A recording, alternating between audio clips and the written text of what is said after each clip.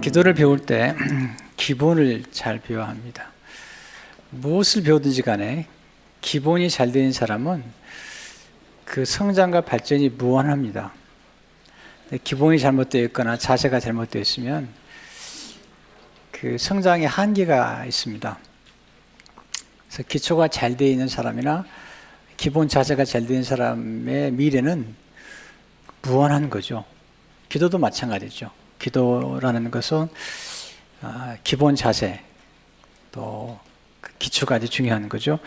기도의 기본은 주기도문이죠. 예수님께서 친히 가르쳐 주신 주기도문만큼 기도의 에센스, 기도의 핵심과 본질을 담은 기도가 없죠. 또 이 구조도 아주 잘 이루어졌습니다. 주님의 기도는 전반부와 후반부가 있죠. 그래서 하나님 아버지께 기도하면서 첫 번째는 세 가지 청원, 하나님을 향한 청원이 있고요. 하나님을 위한 청원이죠. 그 다음 후반부는 사람을 위한 청원이 있죠. 그래서 전반부와 후반부가 나눠지죠. 6장 9절에 10절을 보게 되면 그럼 너희는 이렇게 기도하라. 하늘에 계신 우리 아버지여, 이름이 거룩히 여김을 받으시오며 나라가 임하옵시며 뜻이 하늘에서 이루어진 것 같이 땅에서도 이루어지이다. 이 세 가지가 있죠.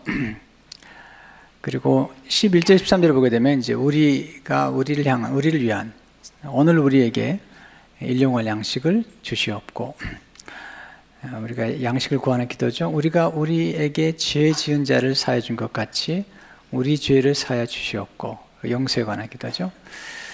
우리를 시험에 들게 하지 마시옵고 다만 악에서 구하시옵소서, 보호에 관한 기도죠. 그리고 이제 성령이죠. 나라와 권세와 영광이 아버지께 영원히 있사옵나이다. 아멘. 이렇게 기도가 됐죠.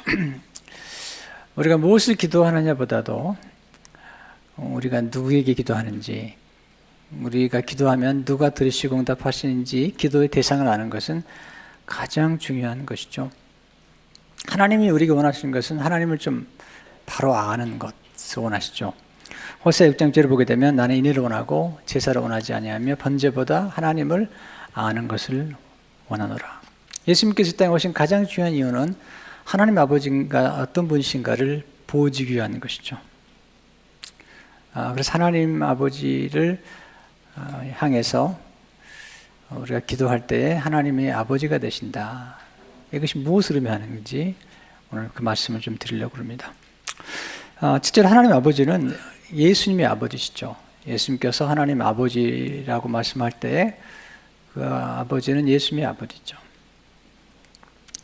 아담의 지은 죄, 원죄를 짓고 태어난 사람은 하나님의 아버지가 아니라 사실은 성경에 보면 마귀의 자녀다, 진노의 자녀라고 말씀하고 있죠.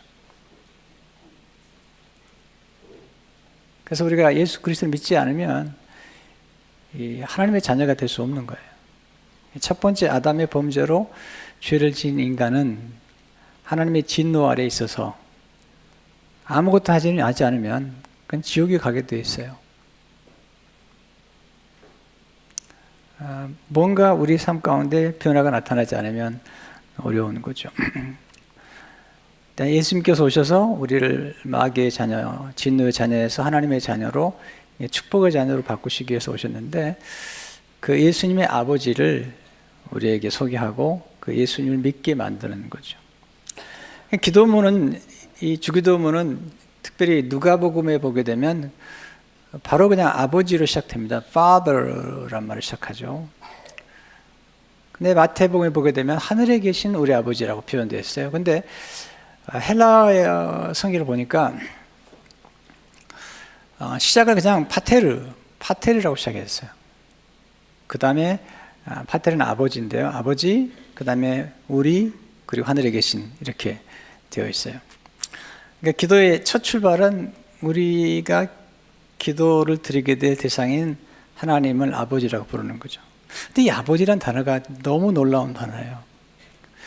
예수님이 오셔가지고 하나님 향해서 아버지라고 불렀을 때 그 당시에 예수님의 언어는, 예수님이 사용하신 언어는 아람어라고 그러죠. 셈족 언어고요.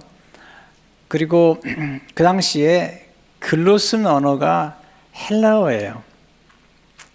헬라어의 아버지는 파텔인데 예수님이 쓰셨던, 예수님이 언어로 사용하셨던 아람어는 그냥 아바라는 그런 언어인데 이것은 아빠란 뜻이에요. 아빠, 파파 그런 뜻이죠. 그러니까 하나님 향해서 구약의 성도들, 그 당시 유대인들은 하나님을 아버지라고 부르지 못했어요. 왜냐하면 하나님 아버지 이름이 구약의 여호와인데 이름이 너무 오미하고 너무 거룩하고 그래서 그들이 감히 하나님을 아버지라고 부를 수 없고, 그래서 그들이 부른 이름이 주님이란 뜻이죠. 이름이 있는데 아도나이라는 이름, 아도나이. 이 주님이라는 이름은 뭐냐면 하나님이 주인이십니다 그런 뜻이죠. 그 말은 뭐냐면 하나님이 주인이시기 때문에 우리는 종입니다. 구약의 모세는 종으로 왔죠. 사환이었죠. 서번트였죠. 영어로 말하면 주님을 로드란 말을 쓰거든요. 또 다른 말로는 노예와 관계로 얘기하면 master and slave.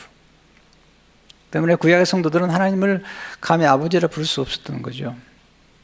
예수님 오셔가지고 하나님을 아버지라고 부르는데 그 아버지란 표현이 그냥 근엄한 아버지라는 어떤 거리가 떨어진 아버지가 아니라 아빠, 아바 이런 뜻을 가지고 있어요.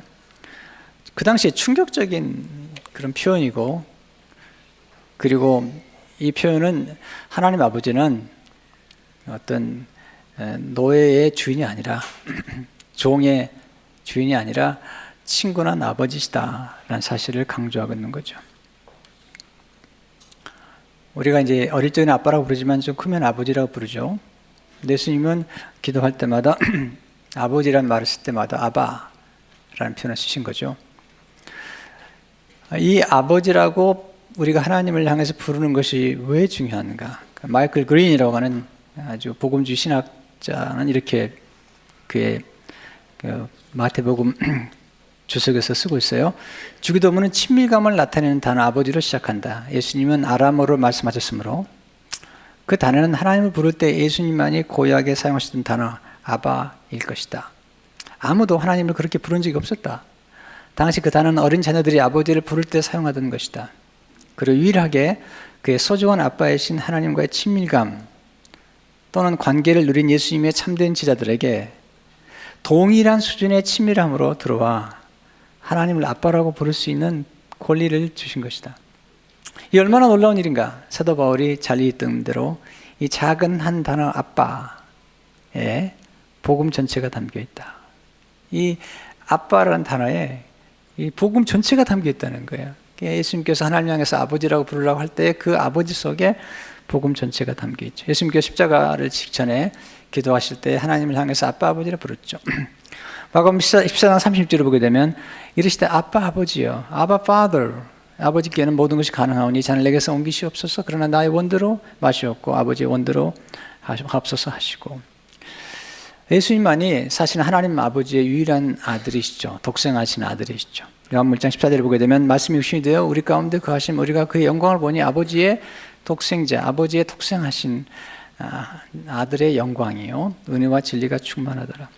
예수님 이 땅에 하나님의 아버지의 뜻을 이루게 오셨어요. 아버지의 일을 이루게 오셨는데 예수님은 자주 하나님을 아버지라 표현하셨어요. 요한복음 17장 4절을 보게 되면 아버지께서 내게 하라고 주신 일을 내가 이루어 아버지를 이 세상에서 영화롭게 하였사오니, 또 17장 1절도 보면 예수께서 말씀을 하시고 눈을 들어 하늘을 우러러 이르시되 아버지여 내가 이르렀사오니 아들을 영화롭게 하사요 아들로 아버지를 영화롭게 하게 하옵소서.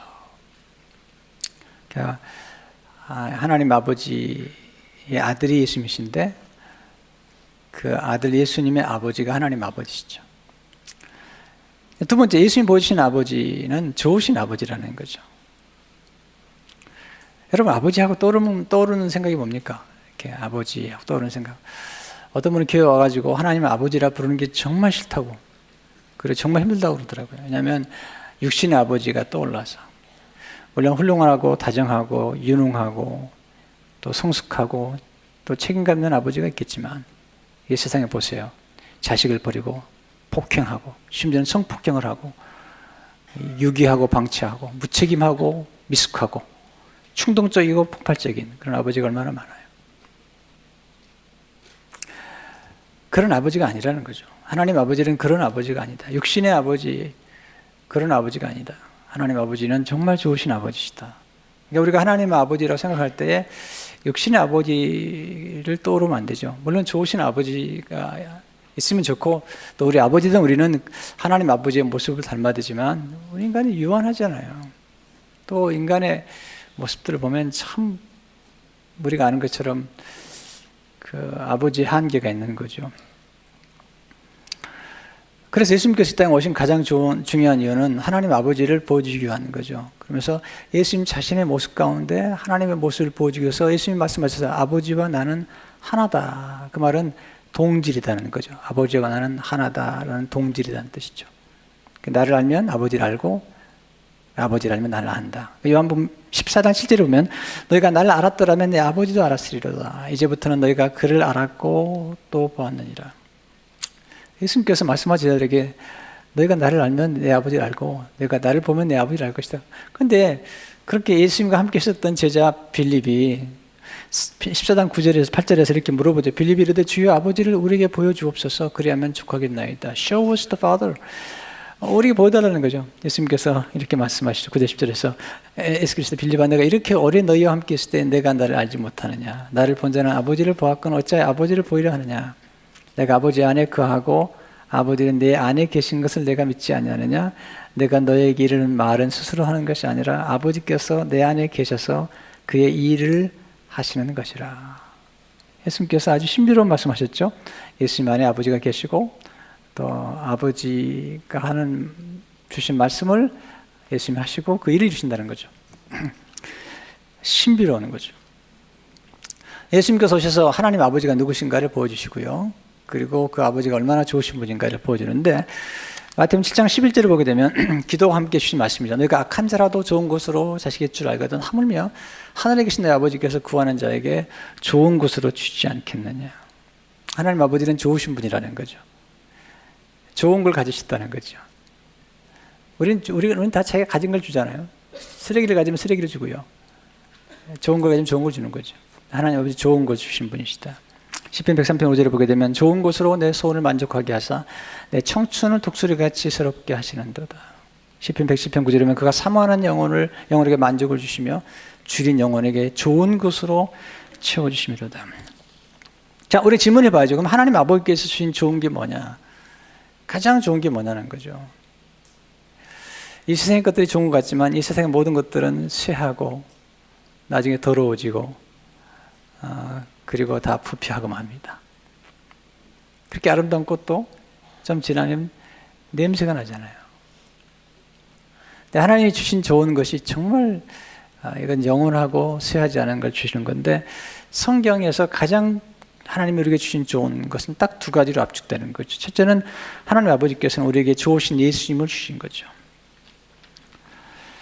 왜 예수님이 좋은 분이시냐면 예수님이 없이는 우리가 하나님 아버지께로 나아갈 수 없는 거예요. 요한복음 14장 6절을 보게 되면 예수께서 이르시되 내가 곧 길이요 진리요 생명이니 나로 말미암지 않고는 아버지께로 올 자가 없느니라. 하나님께서 우리에게 예수 그리스도를 통해 하나님께 나가게 만들었고 예수님을 통해서 우리에게 영생을 주신 거죠. 요한복음 3장 16절에 보면 하나님이 세상을 이처럼 사랑하사 독생자를 주셨으니 이거 스페셜 기프트죠. 이는 그를 믿는 자마다 멸망하지 않고 영생을 얻게 하려 하심이라. 예수님이 아니면 우리가 영생을 얻을 수 없고 하나님께 나아갈 수도 없는 거죠. 바울이 이렇게 말합니다. 로마서 8장 32절에서 자기 아들을 아끼지 아니하시고 우리 모든 사람을 위하여 내주니까 어찌 그 아들과 함께 모든 것을 우리에게 주시지 아니하겠느냐. 하나님은 점점 좋은 걸 주시는 분이세요. 구약에는 하나님께서 모세, 하나님의 천사를 통해서 모세와 천사를 통해서 우리에게 주신 게 율법이죠. 첫 번 언약인데 하나님이 첫 번 언약으로 하나님 만족할 수 없어서 두 번째 더 좋은 언약을 주셨어요. 예수 그리스도를 통해서 종이 아닌 아들이신 예수님을 통해서 우리에게 복음을 주셨죠. 이 복음을 더 좋은 언약이라고 말하죠. 우리는 율법으로 구원받지 못합니다. 율법은 우리에게 죄를 알게 하고 우리가 지은 죄를 깨닫게 하지만 그 문제 해결할 수 없어요. 그러니까 복음으로 많이 해결할 수 있죠. 예수님 누구시냐는 거예요. 더 좋은 언약이라는 거죠. 그래서 히브리 7장 20절에 보면 이와 같이 예수는 더 좋은 언약의 보증이 되셨느니라. 예수님께서 the guarantee of a better covenant라고 했어요. 더 좋은 언약의 보증이 되셨다. 히브리 8장 6절을 보게 되면 그러나 이제 그는 더 아름다운 직분을 얻으셨으니 그는 더 좋은 약속으로 세우신 더 좋은 언약의 중보자시라. 예수님 때문에 우리가 예수님이 우리에게 오셔서 우리에게 더 좋은 걸 주시는 거예요. 왜 예수님이 오셔서 우리가 이렇게 축복이 됐냐면 예수님을 믿음으로 우리가 하나님의 자녀가 되는 권세를 얻게 된 거죠. 그리고 육신으로 태어난 우리가 이제는 하나님께로부터 태어나는 우리 인간은 반드시 두 번 태어나야 됩니다. 그러지 않으면 하나님 나라에 들어갈 수 없습니다. 또 우리 인간은 하나님 아버지께 나아가는 위해서는 반드시 두 아버지가 있어야 됩니다. 첫째는 육신의 아버지고 두 번째는 영의 아버지가 필요한데 예수님 오셔서 예수님 믿음으로 우리가 하나님의 자녀가 되는 권세를 주셨다는 거죠. 요한복음 1장 12절 13절의 말씀은 아주 중요하죠. 영접하는 자고 그 이름 믿는 자들에게는 하나님의 자녀가 되는 권세를 주셨으니 혈통으로나 육정으로나 사람의 뜻으로 나지 아니하고 오직 하나님께로부터 난 자들이니라. 하나님께로 난 자가 되었다. 예수님께서 우리를 구원하시기 위해서 오셔서 예수 그리스도의 말씀으로 우리를 낳으셨고 또 예수 그리스도의 보혈로 우리를 거듭나게 하셨어요. 그래서 우리는 두 번 태어날 수 있는 길이 예수님을 통해서 열린 것이죠. 그리고 예수님 십자가 돌아가서 부활하신 다음에 우리를 예수님과 똑같은 수준으로 끌어올린 거예요. 우리 진노의 자녀였던 우리들을, 죄인이었던 우리를 예수님과 똑같은 신분으로 올려주신 거예요. 그래서 제자들에게 부활하신 다음에 마리아를 통해서 이렇게 전하라고 그러죠. 요한복음 20장 17절을 보게 되면 예수께서 시대 나를 붙들지 말라. 내가 아직 아버지께로 올라가지 아니하였노라. 너는 내 형제들에게 가서 제자들 brothers라고 그러죠. My brothers. 가서 이르되 내가 내 아버지 곧 너희 아버지 my father and your father. 내 하나님 곧 너희 하나님께로 올라간다 하시니라. My God and your God. 이거 엄청난 얘기예요. 예수님의 아버지가 곧 우리 아버지가 되고 예수님이 하나님이 우리 하나님이 된다는 거죠. 곧 이 말은 뭐냐면 예수님께서 히브리서 보게 되면 예수님께서 우리를 형제라고 부르시는 것을 부끄러워하지 않는다는 거예요. 여러분 돌아온 탕자의 비유가 되면 첫 번째 아들이 탕자 동생이 돌아왔을 때 형제라고 부르기 싫어했거든요. 그래서 부르지 않았습니다. 형제가 돌아왔는데 아버지한테 당신의 아들이요, 당신의 아들이요. My brother라고 하지 않았어요. Your son 그랬거든요. 동생이 부끄럽다는, 창피하다는 거예요. 그러니까 첫 번째 아들은 탕자가 돌아왔을 때 자기 형제로 부르기를 원치 않았거든요. 그런데 하나님의 큰 아들이신, 독생하신 아들이신 예수님께서 탕자에 나오는 그 아들과 다르게 이 땅에 오셔서 우리를 구원하시고 우리를 친형제라고 부르기를 부끄러워하지 않으셨어요. 우리의 큰 형님이 되시고 큰 오빠가 되신 거예요. 그리고 우리 모두를, 예수님 우리 모두를 하나님의 자녀로 만드신 거죠. 하나님 우리 주님 가장 좋은 선물, 가장 좋은 분은 예수님이시죠. 예수님을 통해서 우리는 성령님도 알게 되었고 하나님 아버지도 알게 되었고 하나님의 자녀가 된 거죠. 두 번째, 하나님 아버지께서 우리에게 좋으신 성령님을 주셨어요. 주님께서 참 겸손하세요. 왜냐하면 마태복음 7장 11절에서 하나님 아버지께서, 하늘에 계신 아버지께서 너에게 좋은 것을 주신다고 말씀하셨는데 그 좋은 것을 누구라고 말씀하시냐면 자기 자신이라고 말씀하지 않으시고 성령님이라고 말씀하시는 거예요. 사실 예수님이 먼저 좋으신 분인데 예수님은 항상 하나님 아버지를 높여드리고 성령을 높여드리는, 예수님이 겸손이시죠. 그렇게 겸손할 수 없잖아요. 왜냐하면 우리가 예수님 아니면 하나님께 나아갈 수도 없고 성령님을 모실 수도 없어요. 그런 위치에 계신 예수님께서 자기 자신을 좋은 것이라고 말씀하지 않으시고 오히려 성령님을 좋은 분이라고 말씀하셔서 너가 11장 13절에 보면 지금 이렇게 말씀하시죠. 너희가 악할지라 좋은 것을 자식이 주줄 알거든 하물며 너희 하늘아버지께서 구하는 자에게 성령을 주지 않겠느냐 하시니라. 왜 성령을 주신 게 우리가 가장 좋은 것일까요? 우리 성령을 통해서 우리가 거듭나기 때문이죠. 자 보세요. 우리 예수님의 복음을 받아들이고 예수를 믿을 때, 예수님 영접할 때 그리스도의 영이신, 예수의 영이신 성령이 우리 안에 들어와서 우리를 거듭나게 만드시는 거예요. 우리는 반드시 거듭나야 돼요. 육신의 몸만 가지고 안 되죠. 영으로 거듭나야 되는데 우리는 지혜로 말미암아서 영혼이 죽었어요. 예수 믿음으로 이제 하나님의 자녀가 되고 영혼이 새롭게 태어나는 거죠. 요한복음 3장 5절을 보게 되면 예수께서 대답하실 때 진실로 주신 너에게 이르노니 사람이 물과 성령으로 나지 아니하면 하나님 나라에 들어갈 수 없느니라. 반드시 성령으로 born again 해야 돼요. 거듭나야 되죠. 요한복음 3장 6절을 보게 되면 육으로 난 것은 육이요 영으로 난 것은 영이니 내가 내게 거듭나야 하겠다는 말을 기억하지 말라. You must be born again. 내가 반드시 거듭나야 되는데 영으로 태어나야 된다는 거죠. 그러니까 성령께서 오셔서 우리에게 영으로 태어나게 하시고 성령이 우리 안에 들어오실 때만이 하나님을 우리가 아빠, 아버지라 부를 수 있는 거예요. 성령이 아니면 그렇게 부를 수가 없다는 거예요. 그래서 성령께서 우리에게 오실 때 우리가 하나님의 아버지라 부를 뿐 아니라 우리 스스로가 우리 마음속에 나는 이제 하나님의 자녀라는 고백을 할 수 있다는 거죠.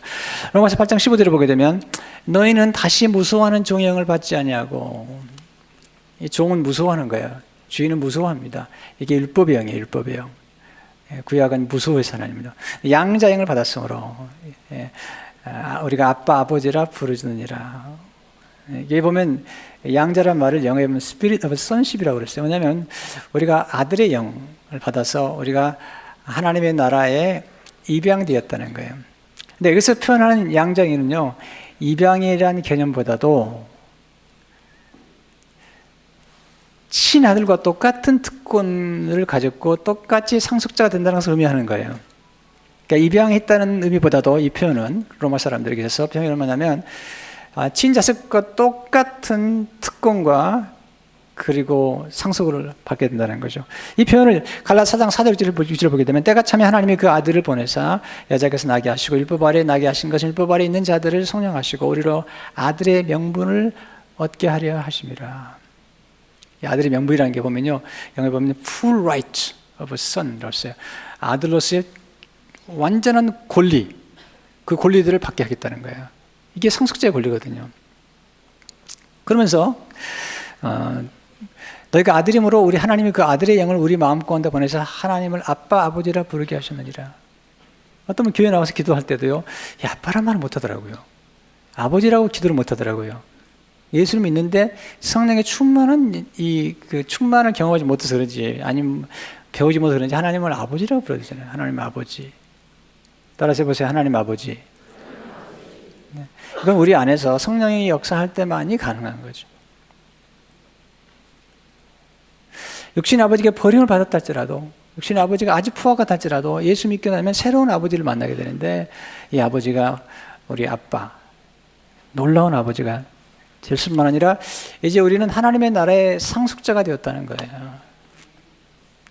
그래서 갈라디아 7절에 보게 되면 그럼 내가 이후로는 종이 아니요 아들이니 아들이면 하나님으로 말미암아 유업을 받았자니라. 이 말은 뭐냐면 상속자가 된다는 거죠.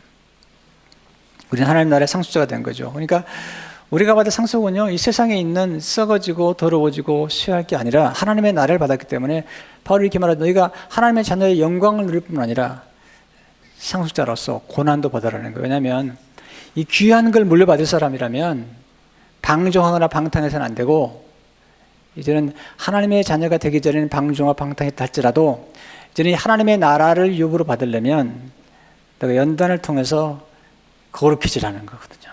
그래서 하나님께서 우리 고난을 하시는 거죠. 하나님 우리를 만들어가는 가장 툴 중에 하나가 고난인데, 그 고난은 하나님의 자녀이기 때문에 하나님 우리를 훈육하시고 연단시킨다는 거죠. 하나님 우리 아버지가 되신 거죠. 세 번째, 하나님 예수님의 아버지가 우리 아버지가 되신 거예요. 이게 놀라운 복음이죠. 그러면 예수님께서 하나님 아버지의 모습을 가장 잘 보여준 그런 비유가 있다면, 말씀이 있다면 누가복음 15장이죠. 탕자가 돌아왔을 때 그 아버지가 탕자를 맞이하는 그 모습 속에서 하나님 아버지의 모습을 보는데 이 그림만큼 선명한 그림이 없는 거죠. 예수님 보신 하나님 아버지의 모습은 뭐죠? 첫째로 하나님 아버지는 풍족하시다는 거예요. 풍족하시다. 탕자가 집을 떠나서 허랑방탕하고 창기에게 모든 걸 다 허랑방탕했지만 그 아버지 떠난 순간부터 그런 비참해집니다. 여러분, 하나님 아버지의 곁을 떠나는 순간부터요, 인생은 비참해지는 거예요. 여러분, 나무가 땅에서 뿌리를 뽑히기 시작하는 순간부터 그 나무는 말라지고 썩어지기 시작하는 것처럼 인간이 하나님 아버지 떠나는 순간부터 마귀의 노예가 되고 그리고 인생이 비참해지는데 이 탕자가 원래 아들의 신분을 가진 탕자가 아버지를 멀리 떠난 순간부터 돼지가 먹는 쥐엄 열매도 먹지 못하고 있었던 거예요. 생각하죠. 우리 아버지 부유하시다. 두 번째, 하나님은 궁일이 풍성하시죠. 아들이 돌아올 때 아버지가 기다리잖아요. 누가복음 15장 1절을 보게 되면 이에 일어나서 아버지께로 돌아가니라. 아직도 거리가 먼데 아버지가 그를 보고 측은히 여기어 달려가 목을 안고 입을 맞추니, 이 아버지는 용서하신 아버지, 궁일이 많으신 아버지, 그리고 거듭 기회를 주시는 아버지. 한 번 실수했다고 너 내 아들이 아니라, 너 세 번만 보겠어? 아니라, 그게 아니라 우리를 정말 사랑하셔서 탕자가 떠나갈 때 돌아올 것도 아셨던 거죠. 여러분, 아버지의 긍휼이 먼저예요. 그리고 회개예요. 우리가 하나님의 사랑의 감동에서 회개하는 거예요. 우리가 회개해서 그런 게 아니에요. 하나님의 사랑의 감동에서, 아버지의 사랑의 감동에서 회개가 나오는 거죠. 세 번째, 하나님 아버지는 가장 좋은 것을 준비하고 기다리셨어요. 탕자가 집을 떠나서 방탕할 때 하나님 아버지는 좋은 옷을 준비했고, 가락지를 준비했고, 신발을 준비했죠. 이게 왜 중요하냐면요, 이것은 아들이라고 하는, 이것은 그 집의 상속자, 아들, 딸, 상속자라는 것을 의미해요. 종들은 옷이 입는 게 정해졌을 뿐만 아니라 종들은 그 당시에 신을 신지 않았어요. 하나님께서 모세에게 내 발에 신을 벗으라 말은 뭐냐면 너는 종이라는 거예요. 예수님께서 우리에게 오셔서 옷을 입혀주시고 우리에게 예수의 옷을 입혀주셨어요. 바울은 말하죠. 너희가 그리스도로 옷 입었다고 그랬어요. 말은 뭐냐면 우리가 예수님과 똑같은 자녀의 신분을 얻게 됐다는 거예요. 예수님께서 제자들에게 내가 너희를 친구를 한다고 말씀했잖아요. 왜냐하면 종은 주인이 하는 걸 모른다는 거예요. 그리고 나중에 너희는 나의 형제다 말씀하셨죠. 이건 굉장히 중요한 메시지죠. 누가복음 15장 22절 23절을 보게 되면 아버지는 종들에게 이르되 제일 좋은 옷을 내어다가 입히고 손에 가락지를 끼우고 발에 신을 신기라. 그리고 살찐 송아지를 끌어다가 잡으라. 우리가 먹고 즐기자. 좋은 옷, 이게 다른 게 아니라요, 이 집의 상속자라는 거예요. 다시 회복시켜 주셨다는 거죠. 네 번째, 하나님 아버지는 자녀의 행복을 통해 즐거워하시죠. 탕자의 비유에서 첫 번째 큰아들의 가장 큰 죄는 뭔지 아세요? 물론 동생을 향해서 이렇게 그 동생 취급하지 않은 것도 죄지만 큰아들의 가장 큰 죄는 뭐냐면 아버지 것을 누리지 않은 죄죠. 아버지를 잘 몰라요. 아버지를 인식한 하나님으로 아주 엄격하고 마치 노예를 다스리는 그런 마스터처럼 생각했던 거죠. 탕자가 돌아왔을 때 탕자 때문에 잔치를 베풀었어요. 하나님 나라는 축제의 나라죠. 잔치를 베풀고 살찐 송아지 잡고 이럴 때 이 아들이 밖에 나서 일하다가 돌아와가지고 그러는 거죠. 풍류를 듣고 집에 안 들어간다고. 무슨 일이냐고 그랬더니 당신의 아버지의 아들이 돌아와서 그렇다니까. 아버지는 얘기하죠. 아버지, 내가 아버지의 명을 어긴 적이 없거늘. 이게 율법이거든요. 명령만 지키는 거죠. 네. 아버지는 내게 송아지 한 마리 잡아주지 않았지 않습니까? 그때 아버지가 뭐라고 말씀하시죠? 누가복음 15장 31절에서 아버지가 이르되 예, 너는 항상 나 없으니 내 것이 다 내 것이로되 왜 내가 누리지 않았느냐? 하나님 행복은 뭐냐? 아버지 행복은 뭐냐? 자녀가 아버지 것으로 누리고 그걸 나누는 걸 원하는 거잖아요. 진짜 부유한 아버지가 마치 그 자녀를 거지처럼 대접한다면 되겠습니까? 아니, 거지처럼 살아간다면 그 아버지 영광이 되겠어요? 아버지 영광은 아들의 행복에 있는 거죠. 조나단 에드워드 목사님 말씀하기를 하나님 아버지의 영광과 하나님 아버지의 즐거움은 하나님 만드신 피조물이 행복할 때, 하나님 주신 것들로 누리고 행복할 때, 또 그걸 나눌 때 하나님 기뻐하신다는 거거든요. 야고보 10장 15절에 보면 무릇 아버지께 있는 것은 다 내 것이라. 그러니까 예수님께서 우리가 오셔서 모든 권세를 우리에게 주셨잖아요. 그러면서 아버지 것은 내 거기 때문에 우리 아버지의 하나님의 모든 부유가 우리의 거라는 거죠. 이 기도가 뭡니까? 김수현 박사는 이렇게 말합니다.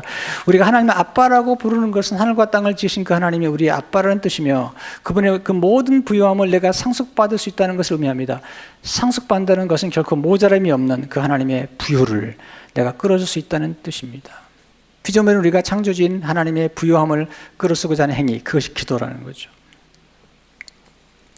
우리가 하나님을 잘 알아가야 돼요. 점점 알아가야 되는데 우리는 하나님을 아주 달란트 비유 나눈 그 한 달란트 받은 사람처럼, 한 달 받은 사람이 뭐라고 하죠? 나는 당신이 약하고 당신이 인색하고 당신 심지 않은 데서 거두고 이렇게 알았다는 거죠. 그랬더니 그 주인이 그러잖아요. 넌 날 몰랐구나.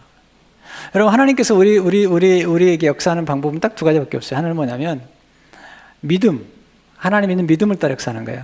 어떤 사람 하나님을 아주 인식한 하나로 생각합니다. 항상 노예의 주인처럼 항상 책질을 지고 아주 못살게 하는, 내가 가진 것들은 아무것도 다 빼앗아가고 누리지 못하게 만들고. 아주 경건해 보이죠? 아니에요. 그런 하나님이 아니시라고요. 우리가 자녀를 키워오지만 자녀들의 행복이 우리 행복인 걸 우리가 알잖아요. 그러니까 우리가 하나님 믿는 믿음대로, 그 믿음 우리의 지식을 따라 역사하는 거죠. 또 하나는 기도잖아요. 왜 구하지 않냐? 왜 내게 구하지, 왜 내게 구하지 않았느냐? 아버지 나한테 송아지 한 마리 안 잡아줬습니다. 왜 내게 구하지 않았냐? 내 모든 것이 내 것인데 왜 누리지 않았느냐? 우리는 교회에서 복음을 누려야 됩니다. 어떤 교회 생활해도 너무 율법적이고요. 너무 긴장했어요. 그냥 내가 일하지 않으면 새벽도 하나 안 나오면 벼락 맞을 줄 아는데요. 괜찮아요, 여러분.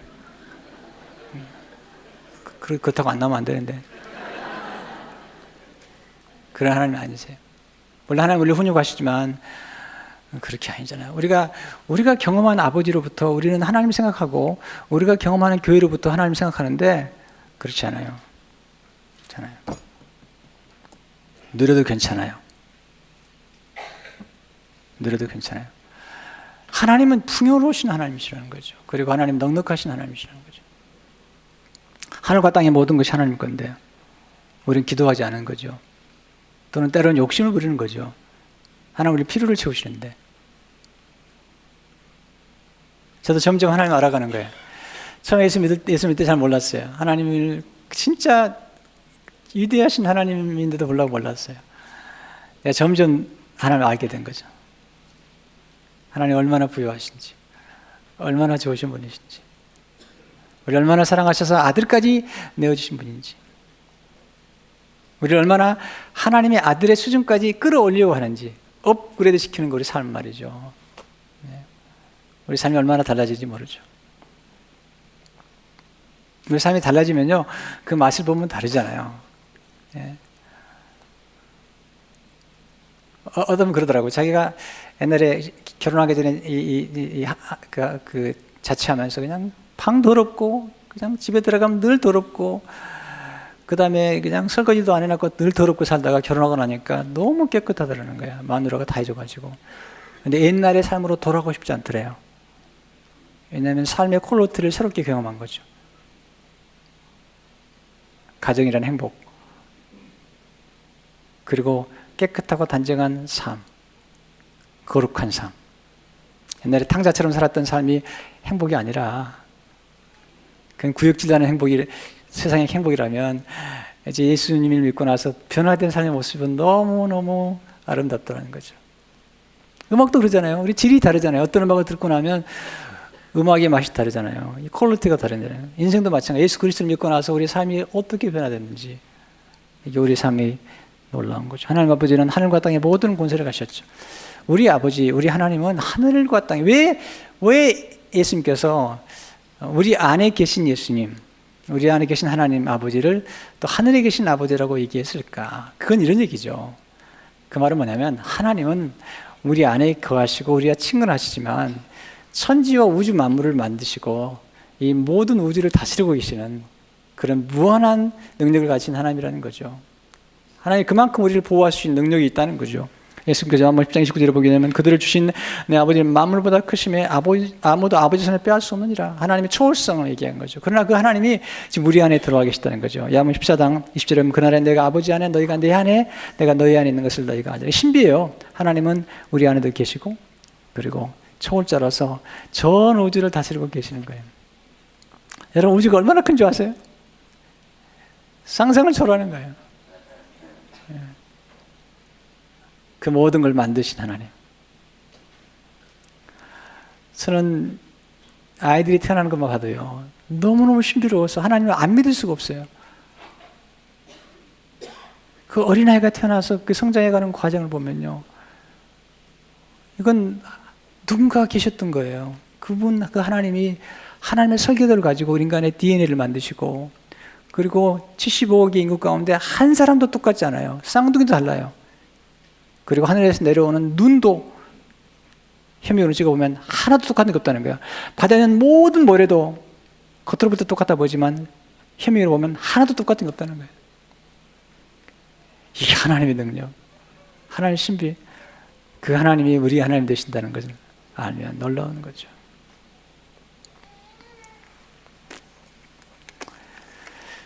제가 예수 믿고 기도를 배우면서 제게 도움이 된 책들을 제가 쭉 소개하고 있는데요, 그 중에 하나가 R.A. 토리 목사님이 쓴 기도의 영역이라는 책이에요. 이번에 제가 그 책을 다시 보니까 그분이 이렇게 썼더라고요. 기도는 하나님의 무한한 은혜와 능력의 창고를 여는 열쇠다. 하나님의 전 존재, 전 소유물이 이 기도에 달려있다. 기도는 하나님이 하실 수 있는 일은 무엇이나 할 수 있다. 그리고 하나님이 어떠한 일도 할 수 있듯이 기도는 전능하다. 어떤 사람도 기도하는 법을 알고 역사하는 기도의 조건을 채우며 진실로 기도하는 사람을 당해낼 수 없다. 전능하신 여호와 하나님께서 그 사람을 위해서 그리고 그 사람을 통해 역사하신 것이다. R.A. 토리 박사는 D.L. 무디를 섬겼던 훌륭한 신학자였어요. 이분은 학자세요. 그런데 D.L. 무디를 보니까 구두선 공이었어요. 근데 초등학교도 못 나온 사람이야. 겨우 초등학교 나온 사람인데 한 번 설교할 때마다 영어 문법이 수십 번씩 틀린 사람인데 하나님이 글을 쓰시니까 미국과 영국이 흔들렸어요. 놀라운 능력이 나타났어요. 그래서 이분이 그걸 보았던 거죠. 그 하나님 아버지의 그 부유하심과 능력을 보고 D.L. 무디를 섬기면서 무디 바이블 성경학교를 같이 섬기고 그랬던 분이죠. 그분이 기도에 관한 책을 쓴 거죠. 그분의 후손이 우리나라에 와가지고 토리 신부가 된 거예요. 네, 놀라운 거죠. 여러분, 우리 가난하지 않습니다.